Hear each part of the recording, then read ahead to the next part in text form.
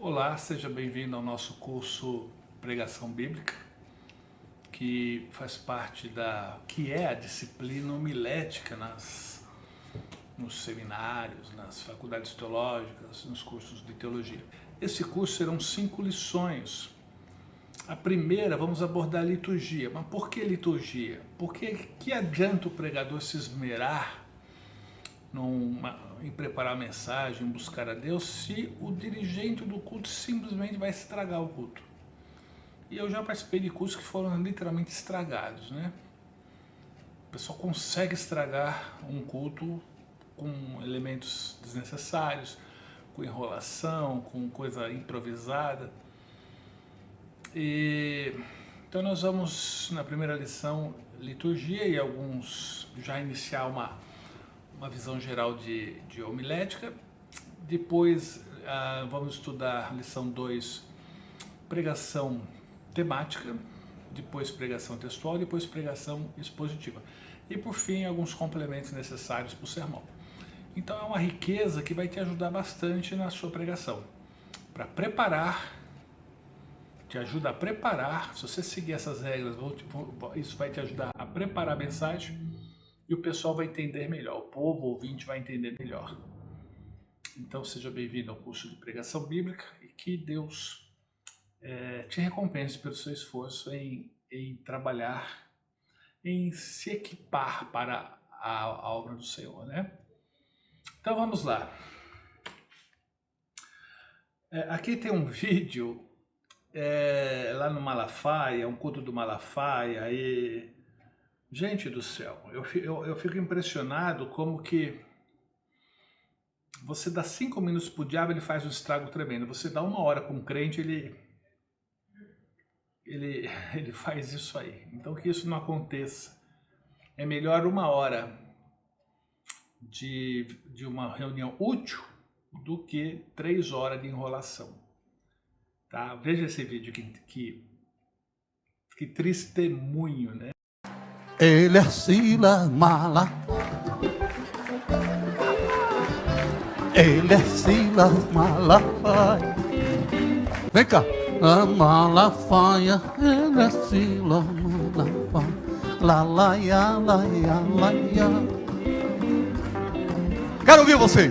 Ele é Silas. Ele é Silas. Vamos começar. Hoje eu vou falar de um homem que é gente muito boa. O conheço há muito tempo. Ele é águia que voa. Ele é Silas Malafaia. Ele é Silas Malafaia. Ele é Silas. Vamos lá. Ele é crente de verdade, nunca brinca com a fé, sempre deu bom testemunho e nunca tomou um mé.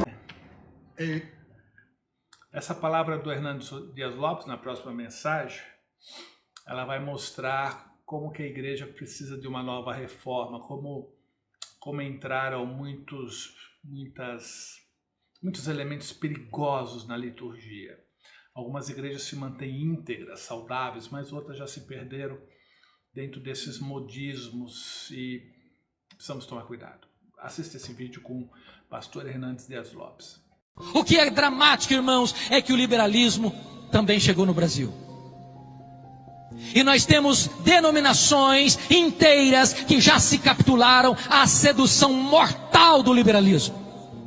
Nós precisamos de uma nova reforma. Mas em segundo lugar, nós precisamos de uma nova reforma, meus irmãos, porque a igreja brasileira tornou-se uma igreja, em grande parte, sincrética, mística. A igreja do sal grosso, a igreja do óleo, a igreja do copo d'água em cima do rádio, a igreja da toalha suada, a igreja das mandingas, em nome de Deus. Precisamos de uma nova reforma. Precisamos voltar para a palavra de Deus. Precisamos voltar para as Escrituras. Precisamos de novos Luteros, precisamos de novos Calvinos, precisamos de alguém que esteja disposto a dizer a verdade, ainda com toda a hostilidade do mundo. Eu piso agora neste sal grosso e coloco, ó Pai, aqui esse sal de Israel 7 vezes mais forte.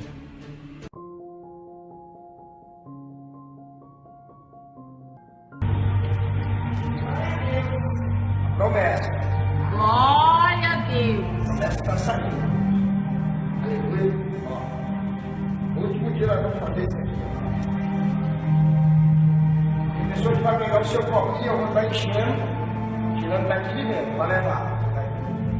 É mais de 8 mil promessas. Ou se o crente vai acreditar. Aleluia. Você vai entender que toda a Você que vai ajudar com uma oferta de R$100, uma oferta de 200, 300 ou mais, R$1.000, R$600, nós vamos enviar para você essa água ungida, essa água consagrada. Você já tem essa água aí ou ainda não? Você já pegou essa água? Ainda não. Você que não tem essa água, eu gostaria que você ligasse. Mas em último lugar, irmãos, nós precisamos de uma nova reforma. Porque nós assistimos no Brasil, tristemente, uma igreja onde há a presença de uma ortodoxia morta.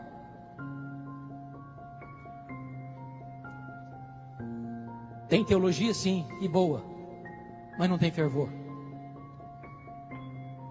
Não tem brilho nos olhos. Não tem fogo no coração. Tem luz na cabeça, mas não tem fogo no coração. As reuniões de oração estão no CTI na maioria das nossas igrejas. O secularismo está entrando para dentro das nossas igrejas. O índice de divórcio dentro da igreja é quase o mesmo fora da igreja. O índice de jovens que vão para a cama com o namorado dentro da igreja é quase o mesmo fora da igreja. As festas de casamento dos crentes tornou-se festas pagãs, de bebedeira. A não ser que a igreja evangélica se arrependa, a não ser que a igreja evangélica se volte para Deus em santidade, em quebrantamento, em arrependimento sincero. Nós precisamos disso para experimentarmos uma nova reforma e um poderoso reavivamento espiritual. A minha oração e o meu clamor aos céus é que essa celebração de 500 anos nos leve a uma reflexão, nos leve a uma postura de arrependimento e nos leve de volta ao caminho do cristianismo primitivo, simples, puro, mas cheio do poder do Espírito Santo de Deus. Que Deus tenha misericórdia de nós.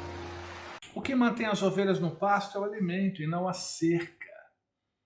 A igreja ela tem que estar pronta para alimentar o povo. Desde o ancião até a criança, desde a criança até a terceira, quarta idade, não importa. Temos que alimentar todos. Evidentemente que essa homilética visa preparar mensagens para jovens, adultos, né? Porque tem um formato assim mais para trabalhar a mente, né? Mas a igreja tem que estar pronta para alimentar todas as faixas etárias, respeitando os limites de cada faixa etária. Respeitando o que a ciência diz sobre como ensinar a palavra de Deus para uma criança de 2 anos, uma de 4, uma de 6, que não é da mesma forma. Eu chego a falar, minhas aulas podem durar até 2 horas, mas se eu falar 2 horas para uma criança, ela já, em pouco tempo, ela já se dispersa.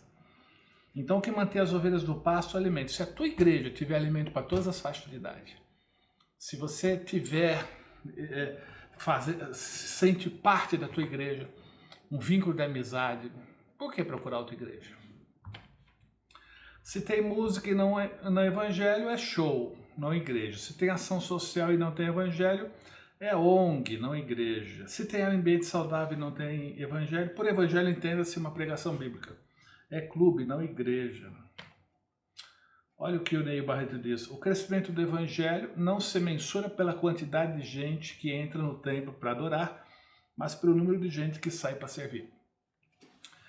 A saúde de uma igreja não está na quantidade de pessoas que entram, mas nas pessoas que saem para servir a comunidade, abençoar a comunidade. Então não é um grande ajuntamento que faz da igreja saudável, mas um grande número que sai para abençoar a comunidade local, a comunidade nacional, o mundo, as nações da terra. Ok, então vamos ao capítulo 1. Ou módulo 1, ou unidade 1, não importa o nome, mas todo o conteúdo foi dividido em 5 partes, né? Nós vamos ver a liturgia do culto e a introdução, alguns conceitos básicos para introdução homilética. Conteúdo das reuniões. A gente normalmente chama de culto, mas Na Bíblia não achei essa palavra culto. Não vou dizer que não tem, estou dizendo que eu não achei.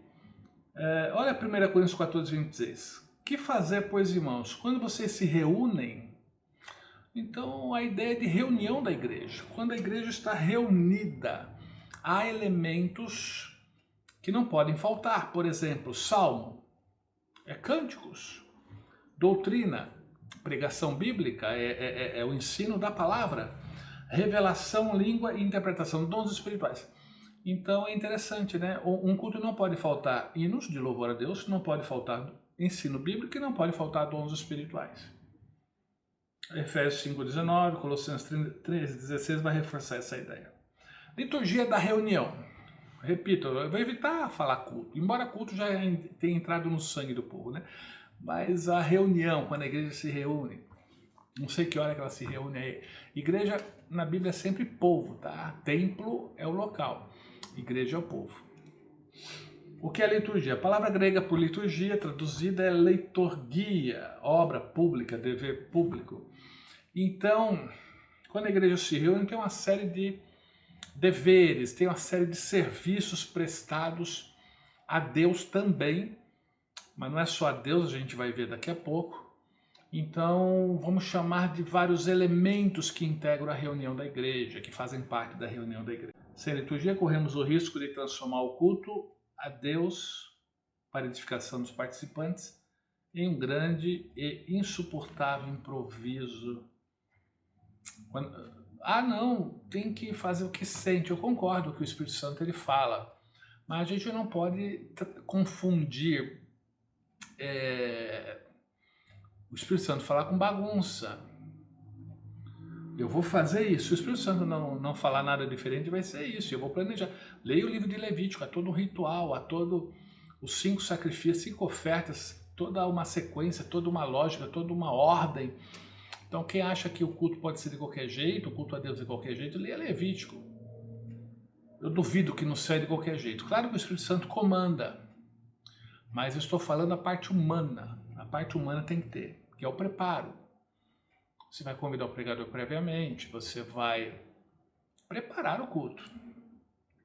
Olha essa frase aqui: pastor, eu não gostei do culto, mas o culto é oferecido a Deus e não a você. Você concorda com essa frase? Eu concordo que o culto é a Deus, mas a reunião é mais do que culto. A reunião tem elementos que o povo louva e adora a Deus, mas a reunião tem elementos sociais, que é a apresentação de visitantes. A reunião tem... a gente prestigia os aniversariantes, os casais que completaram aniversário, então isso é um social. Então vai além, tem mais elementos do que culto. Por isso que eu evito falar culto, porque não é só culto, apresentação de crianças, e outros avisos, os avisos, mas fazem parte. Ou você põe um quadro de aviso, ou você fica dando aviso o culto todo. Olha aí a página, aqui você vê a página, até, tá? Aqui está repetindo o que eu já coloquei naquele, é a mesma coisa. Quais são os objetivos quando a igreja se reúne? Primeiro, louvar a Deus. Claro, a igreja se reúne primeiro para louvar a Deus. Há uma diferença entre adoração e louvor.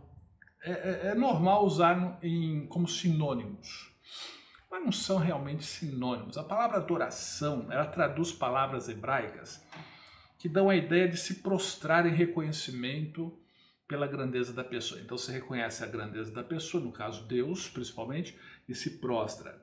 E a adoração também está relacionada com o serviço. Ele é tão grande, ele é tão digno que eu vou trabalhar, vou servi-lo. A verdadeira adoração é só a Deus. Adoração não é um momento na sua vida, mas é a sua vida. Deus procura, João 4, verdadeiros adoradores. Ele não está procurando pessoas que cantam, ele procura pessoas que o amam. E o Senhor Jesus deixou bem claro: quem me ama, me obedece. Então, Deus procura os que são adoradores, não é os que estão louvando. Então, é um estilo de vida a adoração. E nem todo louvor procede de um verdadeiro adorador. Isaías que o diga, né? Esse povo me honra com os lábios, me louva, ora, mas o seu coração está longe de mim. Na prática, eles desprezam a minha lei.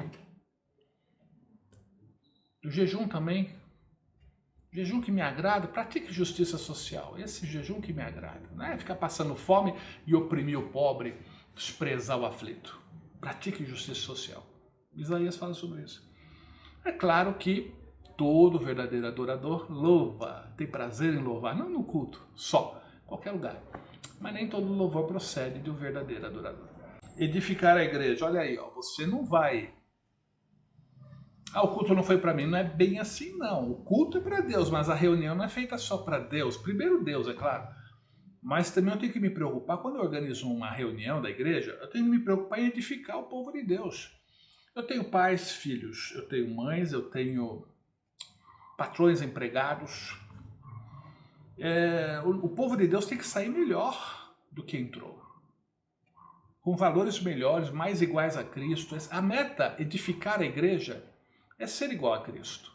É construir Cristo em cada um. Eu não sei como você era, mas todos estamos sendo conduzidos a sermos iguais a Cristo. Ele é o modelo pelo qual o Espírito Santo trabalha. Na direção do qual o Espírito Santo trabalha. E o culto tem que colaborar com a missão de Deus, que é edificar Cristo em cada um. Aqui tem um painel sobre edificação, achei bonito, coloquei aí. Comunhão. Comunhão. Um culto traz comunhão?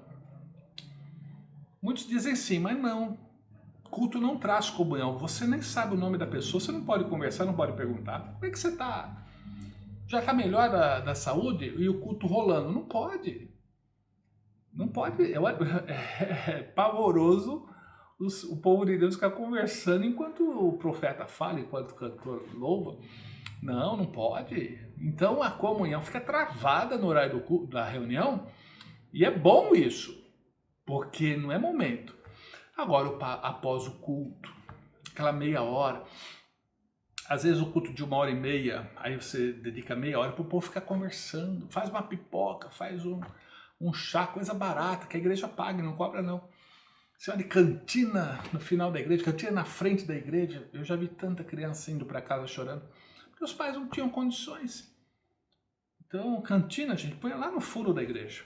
Quem quiser, quem tem dinheiro que vai, e as crianças não vêm.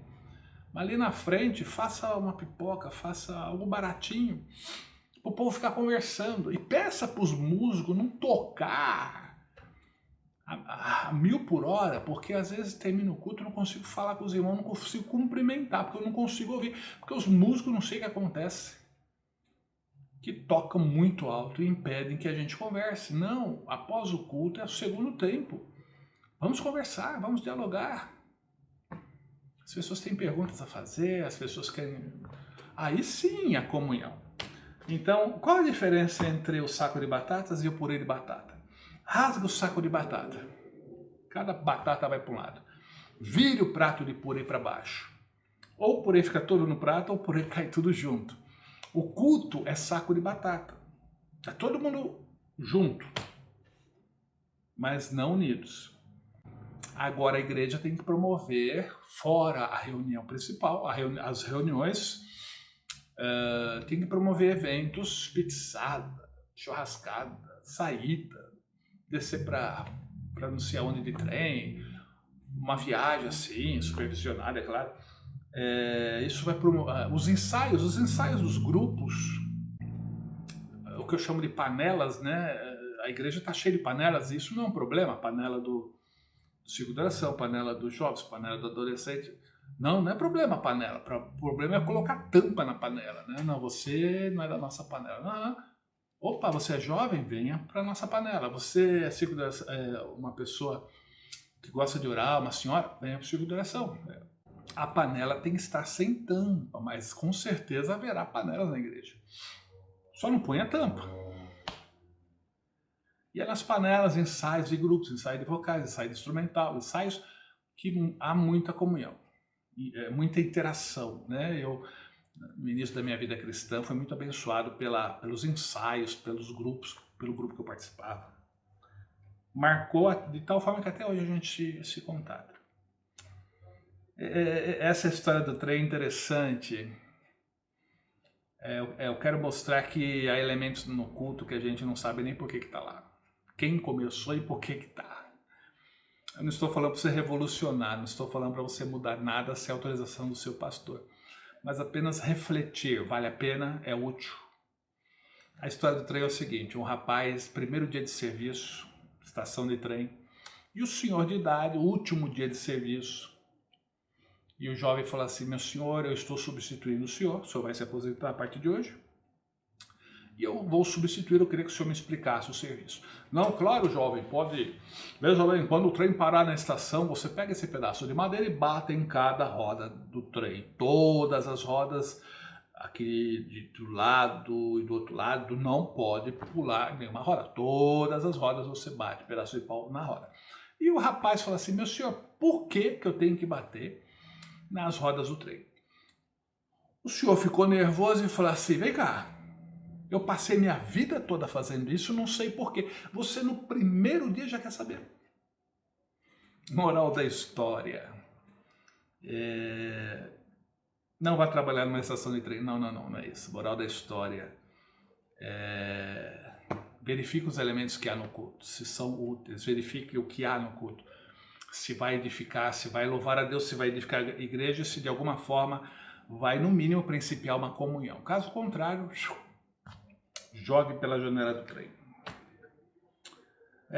Mas Bíblia atrai gente? Não, Bíblia não atrai gente, mas Bíblia atrai os que amam a Deus e os que querem se aperfeiçoar para a obra do ministério.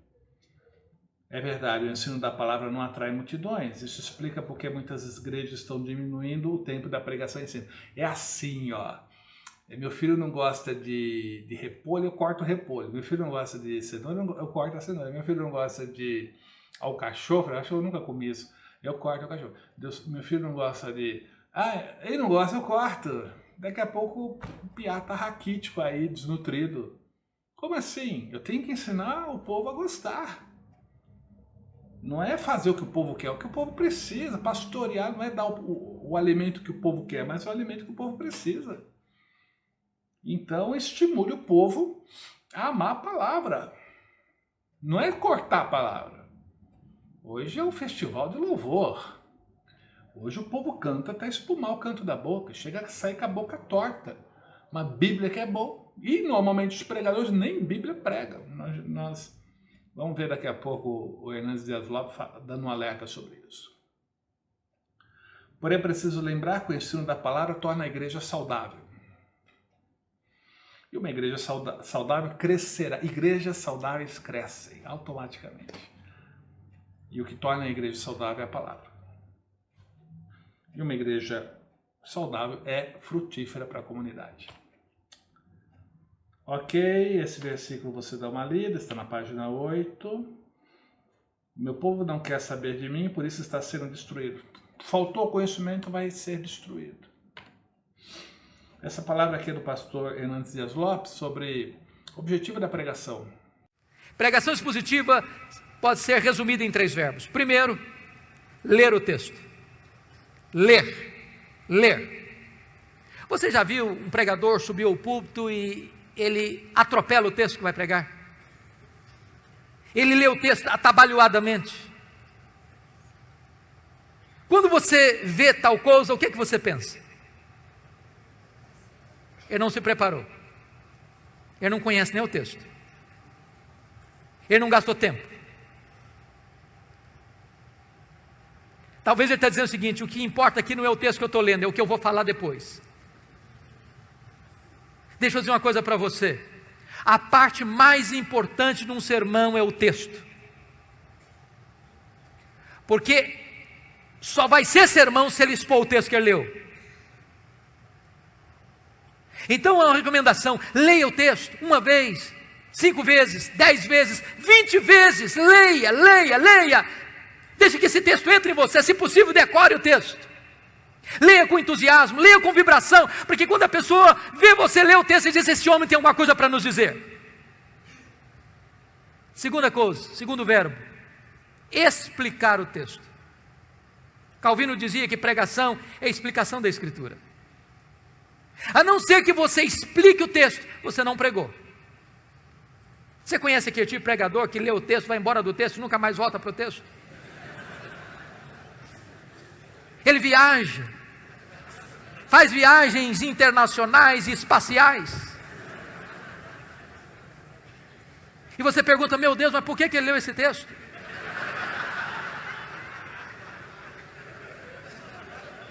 Você conhece aquele tipo de pregador que diz assim, eu já tenho o sermão, só preciso encontrar um texto agora? O sermão emana do texto. O sermão é a explicação do texto. E por isso nós temos uma palavra técnica que os pastores conhecem, que é exegese. Exegese vem de um prefixo ex, que significa tirar do texto o que está no texto. Cave o texto, descubra o texto, veja o que está lá. E às vezes nós não encontramos essas pepitas de ouro na superfície, é preciso cavar.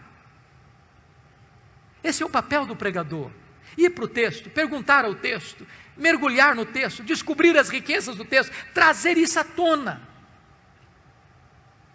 Sabe, irmãos, quando uma igreja se acostuma com pregação expositiva, ela não quer mastigar palha mais. Depois que ela descobre a riqueza da Escritura, ela não tolera mais escutar sermão que não seja focado na Escritura, que exponha a Escritura. O contrário de exegese é exegese. Exegese tem o prefixo eis, significa colocar lá, o que não está lá. Tem muito pregador que vai para o púlpito com as suas ideias. E ele tenta impor ao texto o que ele pensa, o que ele acha. Ele já tem uma ideia preconcebida. Mas isso não é pregação. Pregação é quando você vai para a Escritura e deixa que a Escritura fale. Você é apenas o canal. Você é apenas um instrumento. O terceiro verbo, importante pregação expositiva, primeiro é ler o texto. Segundo é explicar o texto. Terceiro é aplicar o texto. Dr. John Stott escreveu um livro importantíssimo, que penso ainda não está em português, Entre Dois Mundos, e ele disse que pregação é a união desses dois mundos, o texto antigo com o ouvinte contemporâneo. Se você não conectar o texto ao ouvinte, você não pregou. Pregação não é um discurso diante do auditório. Pregação é uma palavra ao auditório. A pessoa precisa entender, é com você que eu estou falando. É como aquele pregador que foi pregar em João 10 e falou sobre a ovelha, falou sobre o pastor, falou sobre os lobos, falou sobre os campos, falou sobre os prados, falou sobre as águas, falou sobre a grama verde, falou sobre a lã da ovelha, falou e terminou o seu sermão depois de 1 hora, há 2000 anos, lá nas pastagens da Palestina. E o auditório perguntou, e daí? E daí? Isso tem a ver comigo? Pregação precisa ter aplicação. Você percebeu que pregar a Bíblia é ensinar a Bíblia? Como é que anda na sua igreja, hein? Primeiro, quem prega e ensina a Bíblia, quem vocês convidam está ensinando a Bíblia? Porque o que predomina hoje é o coaching, né? Vai dar certo, você vai vencer, e você vai atravessar do outro lado do Mar Vermelho, e o leão vai jejuar. Tipo assim, autoajuda, né? Você pode, você é o... Como é que diz? Você é o centro do universo, Deus vive por sua causa. Sei lá o que mais que eles dizem, que nem quero saber. Mas o resultado é realmente muita falação e pouca Bíblia. E a verdade é que liberta. A verdade é que liberta. Aqui nós temos um painel e você... Veja bem. Previsto... O que existe hoje? Normalmente 2 horas de culto. Pelo menos na Assembleia de Deus, não sei por que colocaram 2 horas de culto. E eu já vi culto ser esticado até dar 2 horas. Tinha acabado gostoso, alimentou, foi uma benção, mas o bendito do dirigente achou que tinha que ser 2 horas e ficou enchendo a linguiça até dar 2 horas. Eu não sei por que isso. Isso quando não passa. Passar pela obra, pela ação de Deus, legal, mas passar por má gestão, por má organização, aí não, né? Então o que nós vemos hoje? 2 horas de culto. Primeiro, há necessidade de 2 horas? Você tem elementos suficientes para 2 horas? Lembra do segundo tempo do culto, que é a comunhão? É melhor menos tempo de culto e comunhão. Aqui é a capacidade de atenção do povo. Quando começa o culto é 100%. Depois vai diminuindo, cansa a mente cansa. As costas doem, tudo dói. Dependendo da idade, vai doer até o cabelo, quem tem cabelo. Então, a atenção diminui. E aí, quando entra em uma fase crítica da atenção, põe a pregação. O pessoal não está conseguindo, o pessoal está com dor, as crianças chorando e a atenção diminuída, as costas doendo, vamos ouvir a pregação. Quando é a pregação da Bíblia, né? Que às vezes nem Bíblia prega. Isso é o que normalmente a gente vê hoje em muitas igrejas. Agora, segundo, primeiro, por que 2 horas? Vamos dar tempo para a comunhão. Segundo, por que colocar no final? O que impede que você ponha a pregação depois de meia hora? Põe a pregação, depois continua louvando. Por que tem que ser uma hora e pouco de louvor? 1 hora de louvor? Põe a pregação numa fatia melhor da mente, para que a mente absorva mais. E é melhor, muitas vezes, 1 ou 2 pregarem sempre do que aquele rodízio de chuchu. Chama gente de tudo que é lado, e as pessoas não têm compromisso com a palavra, não têm compromisso com a escola dominical, não têm compromisso com a aprendizagem. Atravessam 2 oceanos para pregar, mas atravessa a rua para aprender. Aí chama esse camarada. Nenhuma alteração deve ser feita sem autorização do seu pastor, por favor. Não quero arranjar encrenca. Converse com o seu pastor. Peça autorização se você quiser fazer alguma mudança. Orientações. É preciso, de fato, valorizar a pregação e o ensino da palavra de Deus.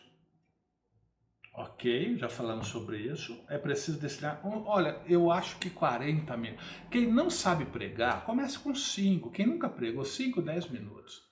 Não deu 1 hora para quem nunca pregou, gente. 5, 10 minutinhos tá bom. Aí a pessoa vai se soltando, vai aumenta. Agora, alguém para pregar 1 hora tem que ter cartucho. É difícil.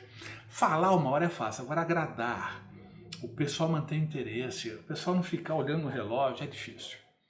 Então, eu acho que 30, 40 minutos dá para entregar a mensagem, o povo fica com, eu quero mais. É melhor, eu quero mais, do que, eu não aguento mais. Porque não volta. Se não gostar, não volta. Hoje tem tantas igrejas boas aí, temos que ser melhor. Temos que ter passos verdes. Ao convidar o pregador, pergunta para ele quanto tempo você precisa. E o pregador, quando for pregar, até que hora que eu vou pregar? Isso é educado, tanto por parte de quem convida, por parte de quem é convidado. Ascendência espiritual.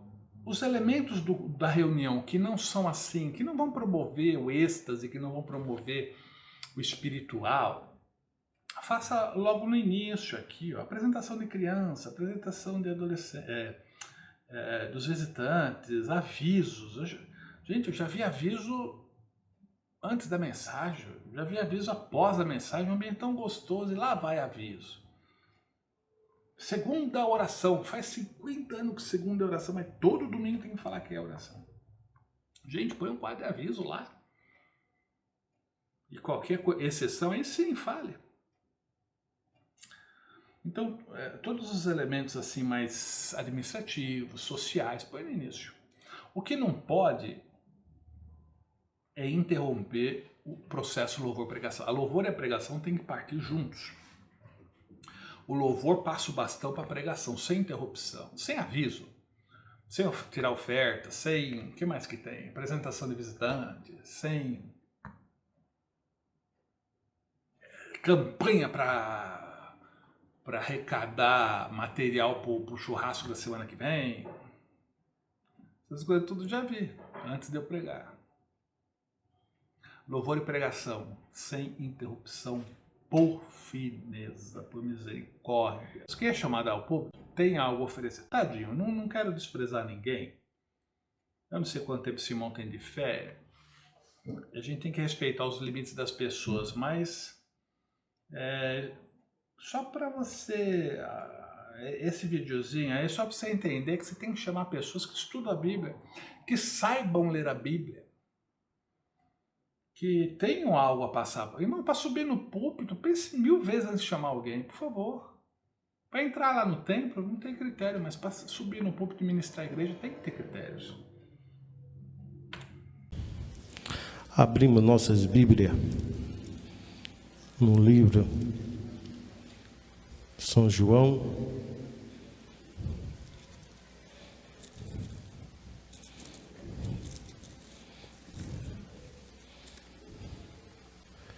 um versículo muito conhecido, mas a palavra do Senhor se renova todos os dias.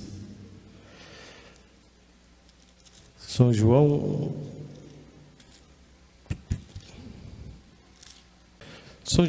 23, que tem por título São João 23, que diz assim: o Senhor é o meu pastor e nada nos faltará. Os que falarem perante a igreja jamais darão gritos, socos no púlpito, como também não baterão com os pés, né? Faz todo aquele estardalhaço, né? Não sei. Ah, mas eu sou pentecostal. Pentecostal tem sinais, maravilhas, não barulheira. Berrar no microfone, isso não é pentecostal, isso é falta de educação. Pentecostal são os dons espirituais, não é grito, esperneio, fica igual minhoca debaixo do banco. Pentecostal são dons espirituais, é isso que valorizamos. Então tem gente que e começa a gritar no microfone, parece que geralmente o pessoal põe para controlar o som pessoas surdas ou semissurdas, porque o pregador grita e o camarada do som aumenta mais o som ainda, o bichinho é surdo. Então vamos manter mais ou menos, chame pessoas para controlar o som que saibam ouvir direito, que chega a arder o ouvido. O pregador gritando e o surdinho aumentando o som. Gente, eu saio assim, não nas nuvens, mas querendo um Dorflex. Ai, quando eu chegar eu tomo um Dorflex, não aguento dor de cabeça. Ou um paracetamol, não estou receitando remédio, não. Mas eu já tenho... Se prepare para comer pão na mesa do rei. Estão dizendo por aí afora que você não vale nada, que você é isso, que você é aquilo. Mas se prepare, meu filho, para a exaltação de Deus. Chega no Natal glorioso. Pela bastante de toda a bagaça. Pela bastante de toda a bagaça.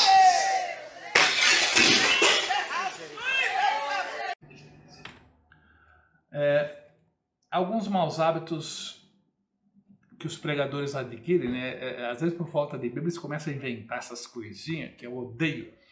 Talvez você goste, parabéns. E um deles é, repita para o seu irmão, dá uma olhadinha nesse vídeo. Vamos abrir a Bíblia, repita a Bíblia. Bíblia. Livro de Joel, capítulo 3, repita capítulo 3. Capítulo 3. Versículo 19. Repita comigo, quem achou, diga amém, quem não achou, diga misericórdia. Quem achou, diga amém, quem não achou, diga misericórdia. Chato, manda repetir. O quê? O quê? O que você falou? Eu não falei nada, pastor. Não precisa ter medo, pode falar. Repitam, não precisa ter medo. Não precisa ter medo. Eu falei que é chato mandar repetir, pastor. Ah, então temos um rebelde aqui. Não é rebelde, é que o senhor manda repetir tudo, pastor, o culto inteiro, tudo o senhor manda repetir. E é chato, meu. Mas se você não sabe, isso é uma técnica usada para quem estuda, tá? Para prender a atenção e memorizar.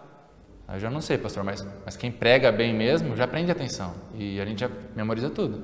Há pouco tempo atrás veio um pastor aqui pregar no congresso, ele não mandou repetir nenhuma vez. E a gente lembra de tudo e prendeu a atenção. Mas é uma vez ou outra só que eu mando repetir. Desculpa, pastor, não é só uma vez ou outra, é o culto inteiro. Ah, então a gente tem mais um rebelde aqui hoje. Não é ser rebelde.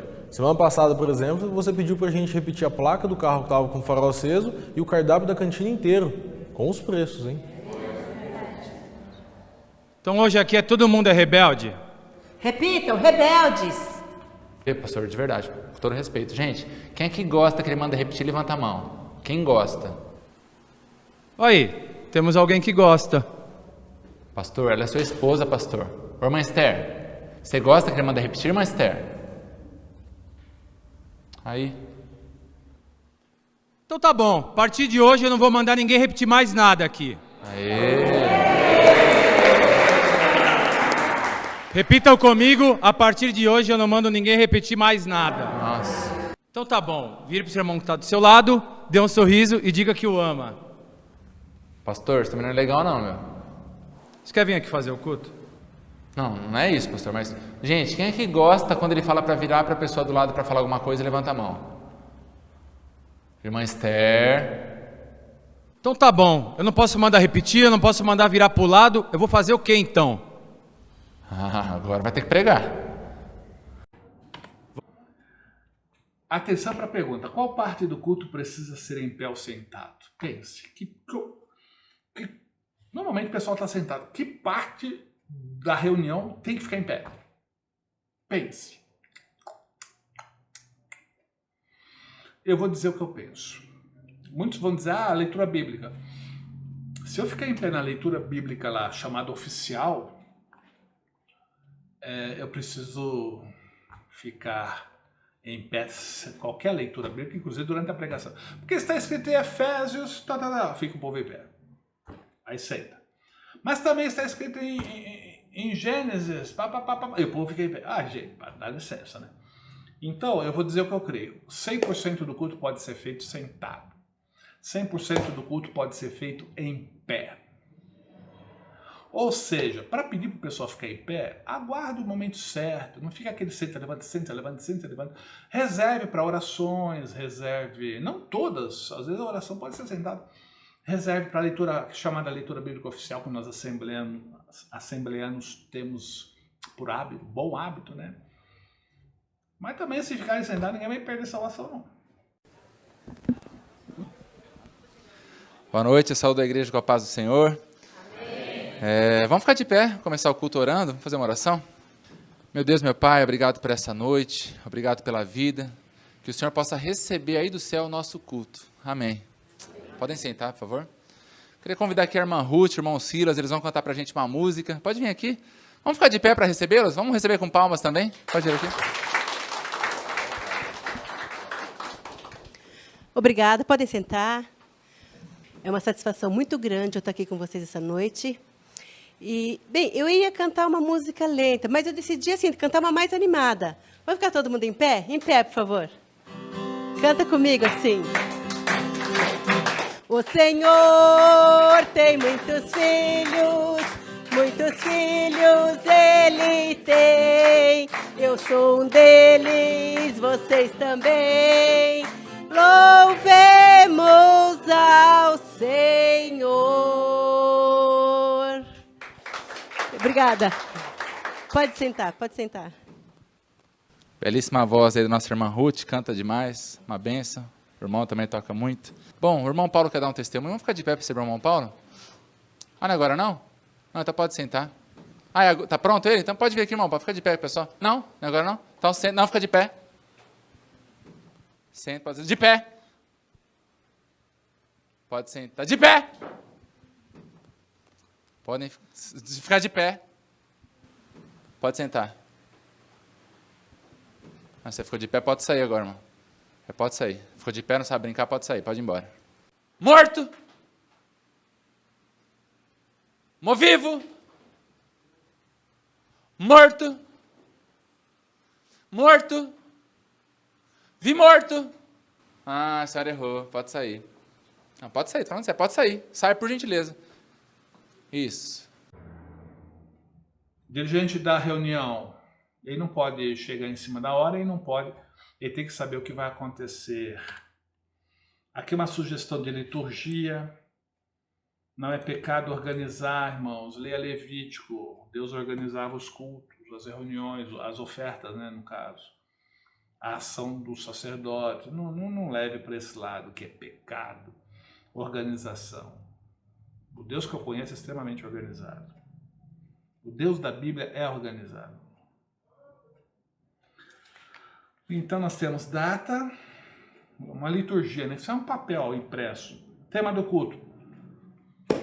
Qual o tema do culto? Se é um culto da família, o tema vai ser família. Se é evangelístico, evangelístico. Dia dos Pais, tem um tema. Às vezes a gente faz assim. Minha esposa que geralmente faz a liturgia. Pergunta para o pregador, o senhor vai pregar sobre o quê? Eu vou pregar sobre esperança. Aí o culto passa a ter como tema esperança.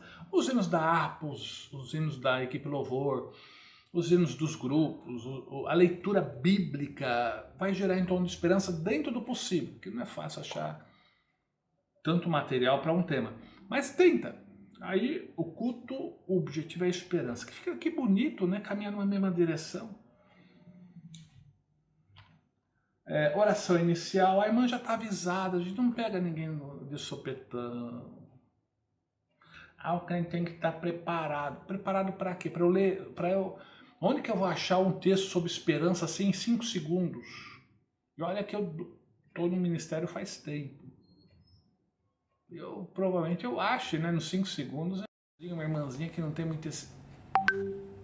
Um irmãozinho, uma irmãzinha que não tem esse hábito de estar sempre ensinando, pregando, coitadinho, vai tremer, vai desmaiar, vai ter que chamar o SAMU. Hinos da harpa. Essa liturgia, a cópia é passada para a equipe louvor, é passada para o dirigente do culto, dirigente da igreja, é passada para o instrumental, para a orquestra, para o data show.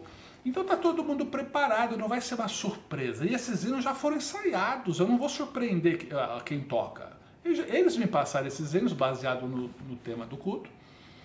Então tudo redondinho, agora vamos cantar o hino tal. Aí no meio do hino que o data show acha a transparência, o slide. O rapaz da orquestra fica branco porque aquele hino não trouxe cópia.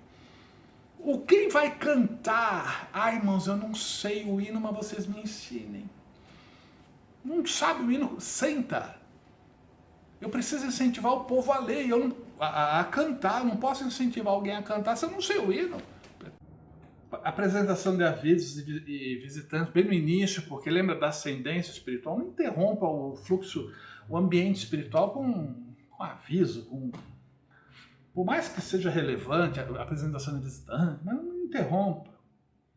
Apresentação de criança, é lindo isso, mas não interrompa o processo. Louvor e pregação sem interrupção. E mais alguns elementos aqui. Olha, aqui agora nos deixa, eu já sei o que vai cantar, já sabe o que vão tocar, já sabe o slide que vai pôr. Sem surpresas. Há o improviso, há uma necessidade de improviso? Às vezes sim, mas isso vão ser exceções, não é a regra de uma igreja bagunçada. Você já ouviu falar de bullying? Página 14. Eu não estou lendo tudo, né, gente? Você sabe ler, né? Eu só estou pegando os pontos principais. O pessoal às vezes quer ser engraçadinho e ele pratica bullying, ou seja, ele agride intencionalmente ou por brincadeira, ele faz brincadeiras com as pessoas. Brincar é quando o outro aceita. Quando você machuca a pessoa, quando você expõe a pessoa ao ridículo, isso não é brincadeira, isso é uma agressão, é um bullying, é uma agressão verbal, física não, mas uma agressão verbal, né? Vamos ouvir o irmão aqui, nossa, como tá gordo esse irmão, precisa fazer um regime. Vamos ouvir esse irmão aqui, nossa, ô fulano, você tá magro, hein? Você tá de frente, parece que tá de lado. Você tá de lado, parece que foi embora. E irmão, mas olha a orelha desse irmão aqui que vai cantar, irmão. Se essa orelha tivesse nascido nas costas, ele seria um anjo. Gente do céu, para que isso? Para que isso? Tamanho. Ele é pequenininho assim, mas tem uma grande voz. Você fica em pé. Já está em pé? Você gostaria que te tratasse assim? Eu não. Outra coisa, destacar algumas profissões em detrimento de outras. Vamos ouvir o hino para o doutor fulano, deputado ciclano, vereador beltrano, major não sei das quantas. É para falar profissão? Legal, então vamos ouvir um hino pela cozinheira tal, vamos ouvir a pregação pelo guarda de trânsito, ou o vigia, ou o coletor de lixo, fulano. Destaque todas as profissões. Por que vamos destacar só algumas? Todos vão ser chamados de irmãos. Irmão fulano, irmã fulana, ou pelo cargo eclesiástico, presbítero, evangelista, diácono. A não ser que a pessoa exija. Eu tenho um amigo que ele fala, eu conquistei tal posição no exército e eu quero ser tratado por major.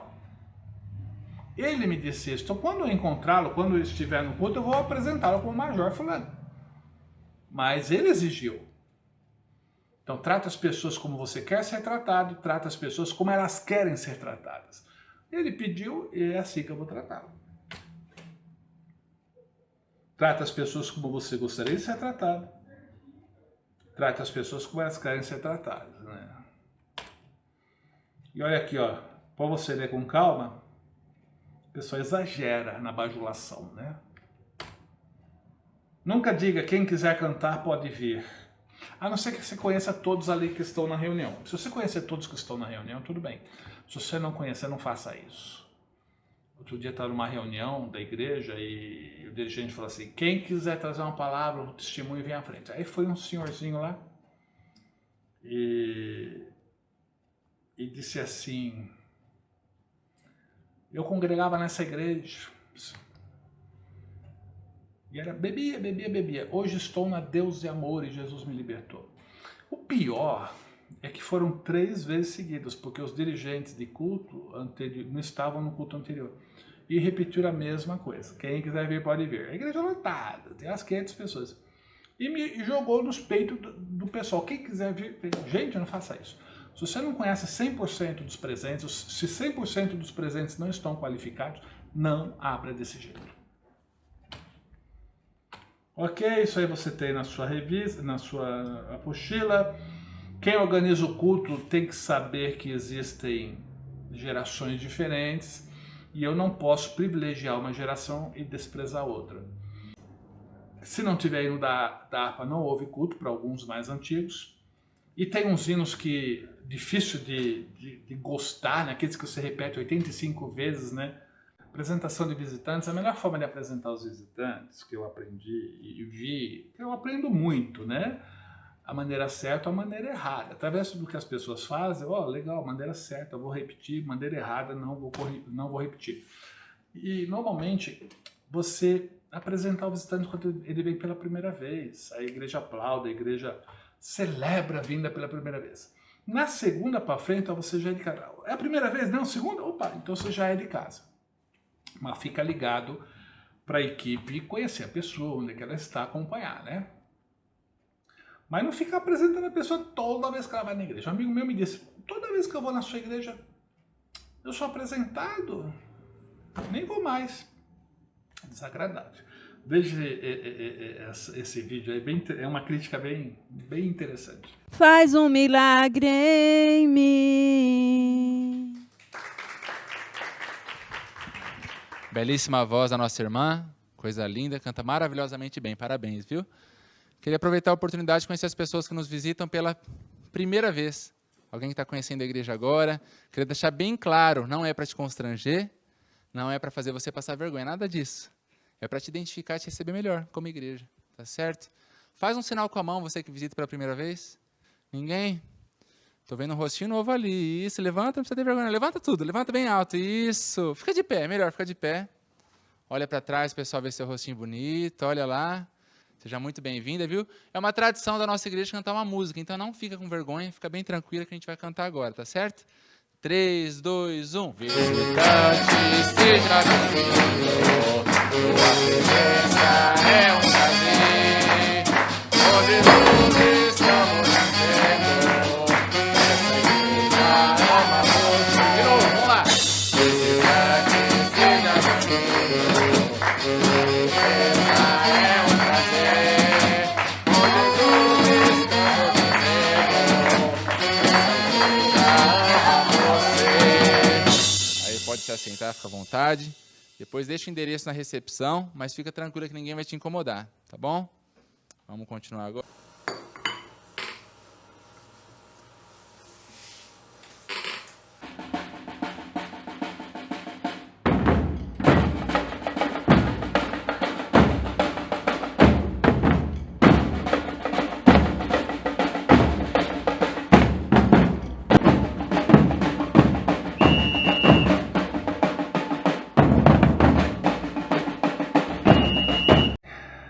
instrumentistas não terão permissão para fazer acompanhamento. Se o cantor falar assim, vocês podem me acompanhar, azar do cantor. Mas se ele não pedir, não acompanhe, porque, gente, improviso não dá certo, sem ensaio não dá certo. É melhor cantar a capela e cantar direitinho do que ter um instrumental arrebentando com o teu hino, por falta de ensaio. Se o cantor pedir, amém. Se o cantor não pedir, não faça. Olha o exemplo aí do improviso. Remova minha pele, toma, em dó, pouco em dó. Muda a minha história, em dó. Muda o sonho, transforma a minha vida e me faz um milagre. Me toca nesta hora, me chama para fora, ressuscita-me.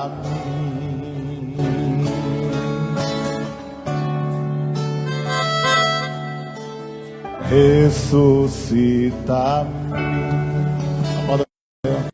Introdução homilética. Retórica, oratória e homilética. Qual a diferença? Retórica e oratórica praticamente falam a mesma coisa. Gregos e romanos definiram como arte de falar bem e de convencer. E homilética é um termo mais cristão dentro do tema cristão. Então, a homilética é uma ciência que estabelece regras para a elaboração dos discursos religiosos cristãos, né? Ela organiza o sermão de uma forma que a pregação se desenvolva claramente. As regras favorecem quem prepara a mensagem, as regras favorecem quem ouve a mensagem. O sermão é uma mensagem cujo objetivo é ser ouvida e causar impacto imediato sobre os ouvintes, ok? Descubra, olha, até receita tem regras. Olha aqui, meu objetivo é fazer algo na cozinha, ou dar uma receita para vocês e vocês se interessarem. Não é o caso, né? Eu sou zero à esquerda na cozinha. Então eu quero te ensinar uma receita. Eu tenho que definir receita do quê? Ó, de bolo, legal. Bolo de quê? Tem tanto bolo, tem que definir. Se eu quero te passar uma receita, eu tenho que definir. Bolo já defini. Receita do quê? Ah, bolo prestígio. Agora, para despertar interesse no meu vídeo, para que ele copie e se interesse pela minha receita, eu preciso instigar, despertar nele interesse. Vou pôr uma foto bonita como essa, com certeza, deu até água na boca, com certeza ele vai prestar atenção na sua receita. E eu preciso dar um título para minha receita que ajude, que marketing é a melhor coisa que tem, né? E nós estamos lidando com a Bíblia, né? Não precisa exagerar, não precisa mentir, fale a verdade, mas desperte o interesse. Um bolo prestígio inesquecível. Estamos na receita primeiro, tá? A receita vai ser dividida em blocos. Primeiro bloco, a lista dos ingredientes. E o segundo bloco, ou divisão, como preparar cada parte do bolo. Até receita eu tive que dividir para facilitar o ouvinte, para facilitar o leitor. Primeira parte, ou primeira divisão, os ingredientes necessários para o recheio e para a cobertura. Você vai ler depois com calma. Segunda parte, como preparar cada parte do bolo. Vamos voltar aqui, ó. Objetivo geral. Aqui é bolo, no meu caso é a pregação. Vou falar sobre perdão. O que eu vou falar sobre perdão? O bolo, o que eu vou falar? Vou falar um bolo prestígio. E no perdão, estou fazendo um paralelo, bolo e mensagem. O meu bolo é prestígio. E o perdão? É o poder restaurador do perdão. Tá? Tem tudo a ver, as regras são as mesmas. Para despertar para a receita uma bela foto. E para despertar para a minha mensagem. Muitas pessoas estão doentes porque não perdoam. Doenças psicossomáticas. O ódio gera doenças. Odiar é beber veneno todos os dias esperando que o outro morra. Entendeu? Opa, isso como introdução, para chamar a atenção do povo para a minha mensagem. Então seria a introdução. A foto corresponde à introdução, chamar a atenção para a receita. A minha introdução, chamar a atenção para a minha pregação. Aí o título, bolo prestígio inesquecível, ou de libertador do perdão, tem que ter um título que chame a atenção. Duas partes, duas divisões. No caso, a minha mensagem sobre perdão, eu posso fazer 2 divisões, 3, 4, 5 no máximo. A gente vai ver isso nas próximas aulas. Então, a primeira divisão da receita, os ingredientes necessários. Primeira divisão da minha pregação. Aí eu vou estabelecer divisões que expliquem, que mostrem para o ouvinte o poder do perdão. Segunda divisão do bolo e segunda divisão do meu perdão. No caso do bolo, só 2 visões resolveu, mas no caso do perdão, eu vou precisar de várias divisões para explicar bem. Mas não se preocupe, a gente vai estudar isso a partir das próximas aulas. Lembre-se, Deus não precisa de esboço, mas o pregador precisa. E o povo também precisa para entender melhor. Que Deus te abençoe. Até a próxima aula.